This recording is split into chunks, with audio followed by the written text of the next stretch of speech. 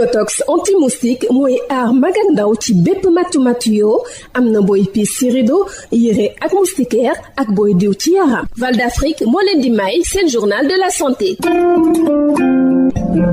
dalee nag jàmm ci lu ñeel xeex feebaru dërki suñu duppee maladie non transmissible fii ci Sénégal kilifa yi bëgg nañu amal communication bu yaatoo yaatu ci kàllaama yi nga xam ne moom la ñuy làkk ci biir réew mi lu ni mel ngir gën a ñoŋal prévention bi fexe it ba garab yi teew fëpp te fëpp ci réew mi ñu mën a am ay fajkat yoo xam ne mën nañu faj yooyu xeetu feebar docteur Barnabé Gning di directeur général de la santé. liñ ci gën a séenu mooy gën a leeral ñëpp ñi nga xam ne ñu ngi yëg feebar bi ci seen yaram wala seen benn njaboot nan la ñu gisee matuwaay yi nga xam ne mooy tax nit mën a aar boppam ci feebar yooyu matuwaay yi nga xam ne nit ki bu feebaree ñu teel koo gis teel koo seet teel koo wax li ko dal matuwaay yi nga xam ne mooy tax nit ki ñu mën koo taxaw ngir faj ko ak matuwaay yi nga xam ne mooy tax nit ki mën a xëy na dellu ci liggéeyam donte feebar bi setagul ci biir yaram bi ci loolu nag ni ma ko waxee sànq ki feebar dina am fu muy féete docteur bi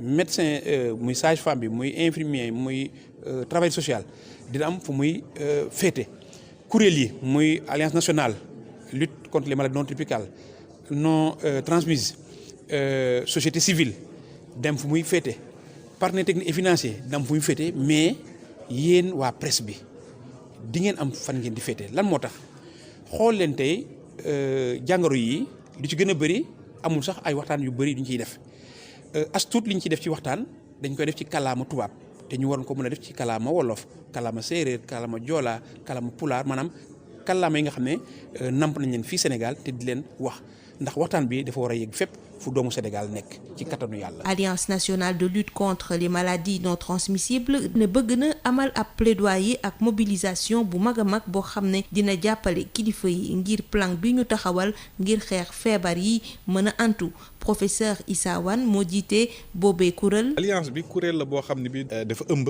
ay kuréel maanaam lu ëpp fukk ak juróom kuréel mu ngi ci biir alliance bi kuréel yi mën na nekk ay kuréel yu malade yu ñu feebar li ñuy wax société savante aussi mu ngi ci biir alliance bi ñun ñëpp ñu am benn jëmuwaay mooy xam ni maladie non transmissible feebar yi nga xam ne du wàlle ñu gën ci ràññee cancer diabète maladie cardiovasculaire ak feebar yi nga xam ni feebaru xëtër lu mel ni asthme ñu gën ci ràññee feebar yooyu buñ ci teelu la jóg dina indi ay jafe-jafe yoo xam ni mooy gën a tar li sibiru wala li tuberculose indi te commencé nañ ko gis aussi gis ngeen chiffres yi ñu fi waxee. mbokk déglukat yi fii la ñu yem ak yéen ñu yendoog jàmm. Yotox anti-moustique mooy aar mag ak ndaw ci bépp matu-matu yoo am na booy piis ci rido yére ak moustiquaire ak booy diw ci yaram. Val d'Afrique moo leen doon may seen journal de la santé. Yotox anti-moustique pour le corps, les vêtements, les rideaux et draps vous protège contre les moustiques chez l'adulte et l'enfant. Val d'Afrique vous offre votre journal de la santé. Bonjour chers auditeurs, prise en charge des maladies non transmissibles au Sénégal, la communication à grande échelle dans nos langues nationales pour une meilleure prévention, la disponibilité des médicaments essentiels et un personnel bien formé sont les défis de l'heure du ministère de la Santé et de l'Action sociale.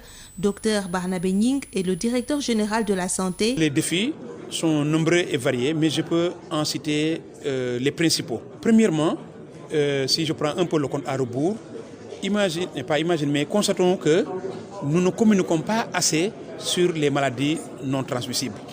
Vous avez vu tout à l'heure l'immense foule qui a assisté au lancement des travaux. Nous ne communiquons pas assez sur les maladies non transmissibles en général. Nous ne communiquons pas assez sur les maladies non transmissibles dans nos langues nationales en particulier. Cela devient aujourd'hui une urgence puisque je suis avec vous. Vous recevez donc le premier mandat de ce colloque. Aidez-nous à mieux communiquer sur les maladies non transmissibles. Deuxièmement, l'ensemble des maladies non transmissibles ont besoin de diagnostic, ont besoin de prise en charge. Mais avant le diagnostic et la prise en charge, ces maladies ont besoin de prévention. Aujourd'hui, comment faire la prévention de ces maladies? À la maison, à l'école, au lieu de travail, partout où les hommes se trouvent donc comment faire la prévention au niveau communautaire, comment faire la prévention au niveau sanitaire, comment faire la prévention dans tous les milieux professionnels. Et maintenant, comment faire de telle sorte que, où qu'une personne habite sur le territoire national, il ait accès aux services de dépistage, aux services de diagnostic et aux services de prise en charge. C'est un défi majeur. Troisièmement, comment faire aujourd'hui pour que les médicaments essentiels, je ne dis pas seulement les médicaments, mais les médicaments et les autres produits de santé essentiels à la prise en charge des maladies non transmissibles soient disponibles partout sur le territoire national. Et enfin, quatrième défi, comment nous assurer que nous avons le personnel médical, le personnel paramédical et des acteurs communautaires bien formés sur la prise en charge des maladies non transmissibles. L'Alliance nationale de lutte contre les maladies non transmissibles, à travers sa mission de plaidoyer et de mobilisation, compte soutenir la mise en œuvre de ce plan stratégique des autorités sanitaires. Professeur Issa Wane. Nous nous inscrivons dans la mise en œuvre de ce plan stratégique du ministère de la Santé, dans le rôle qui est le nôtre, qui est un rôle de plaidoyer, un rôle de mobilisation, un rôle de communication. Donc voilà les trois rôles qui sont ceux de l'Alliance. Plaidoyer, mobilisation, communication. Et donc voilà en gros ce que l'Alliance doit apporter, parce que l'Alliance, c'est pas seulement une association, c'est un regroupement d'associations, c'est une fédération d'associations. C'est actuellement 15 associations qui sont membres de l'Alliance. Notre ambition, c'est d'élargir l'Alliance pour que toutes les associations de la société civile, les sociétés savantes qui s'activent dans la lutte contre les maladies non transmissibles puissent nous rejoindre pour que notre impact puisse être plus fort. C'est tout pour aujourd'hui. Merci de nous avoir suivis.